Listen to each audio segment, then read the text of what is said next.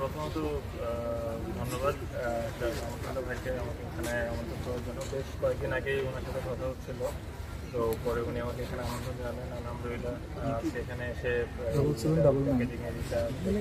এবং আলহামদুলিল্লাহ ওনার সাথে কথা বলে যতটুকু বুঝলাম যে মানুষের জন্য উনি যতটুকু সম্ভব তার চেয়ে বেশি করার চেষ্টা করে, এবং ওনার যে সংস্থা যে কাজগুলো করছে এবং এটা মানে আনবিলিভেবল, এবং সর্বস্তরের মানুষ যেভাবে এসে ভলেন্টিয়ারি কাজ করছে এটা খুবই খুবই সম্পূর্ণ।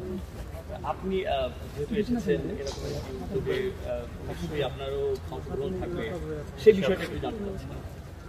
ওই বিষয়টা আমি প্রকাশ করতে চাই না, কারণ এটা রিজনটাও আমি ওনাকে বলেছি, ওটা খুব ভালো করে উনি জানেন। এটা আল্লাহর কাছে জমা থাকবে, এটাই এই এত বড় একটা বন্যা হয়েছে, সাধারণ মানুষও কিন্তু আমরা দেখেছি শুধু এখানে না, মানুষ ঝাঁপিয়ে পড়েছে। আমরা টিএসসি থেকে শুরু করে সবখানে কিন্তু মানুষের যে উপস্থিতি বা এইরকম আগে কিন্তু হয়নি। এটি আসলে মানুষের মধ্যে যে মানবিকতা যে বাড়ছে কিনা বা এত বড় বন্যার কারণটা। অবশ্যই আমার কাছে মনে হয় এটা মানুষের ভালোবাসার টান, আল্লাহর অশেষ রহমত, এবং মানুষের প্রতি মানুষের ভালোবাসা না থাকলে এই জিনিসটা হয়তো হতো না।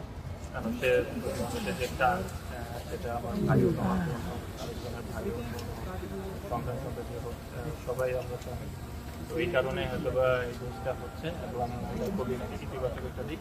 সর্বোপরি এটা আল্লাহর অশেষ রহমত। এখানে আরেকটু কমপ্লিমেন্ট আছে যে আমরা দেখি সারা দেশব্যাপী তো সংগ্রহ হচ্ছে, বিভিন্নভাবে অংশগ্রহণ করছে অনেকেই, কিন্তু আমার কাছে যতটুকু মনে হয়েছে যে আসনা ফাউন্ডেশনের এটা সব থেকে বৃহৎ পরিসরে হচ্ছে এবং সর্বোচ্চ সংগ্রহ হচ্ছে বলে মনে হয়েছে। এইখানে আস্থার কোনো মানে জায়গাটা তৈরি হয়েছে না, আলাদা কোনো আস্থার জায়গা তৈরি হয়েছে কিনা এটা এক কথায় মানে বলা যায়, কারণ যদি মানুষের আস্থাটা যদি ওই পর্যায়ে না থাকতো তাহলে হয়তো বা এরকম ফান্ড হয়তো রেজ করাটাও কঠিন হয়ে যেত। আমি আবারও বলছি এটা আল্লাহর অশেষ রহমত, এবং এটা মানুষের আস্থার একটা প্রতিদানও বলতে পারি।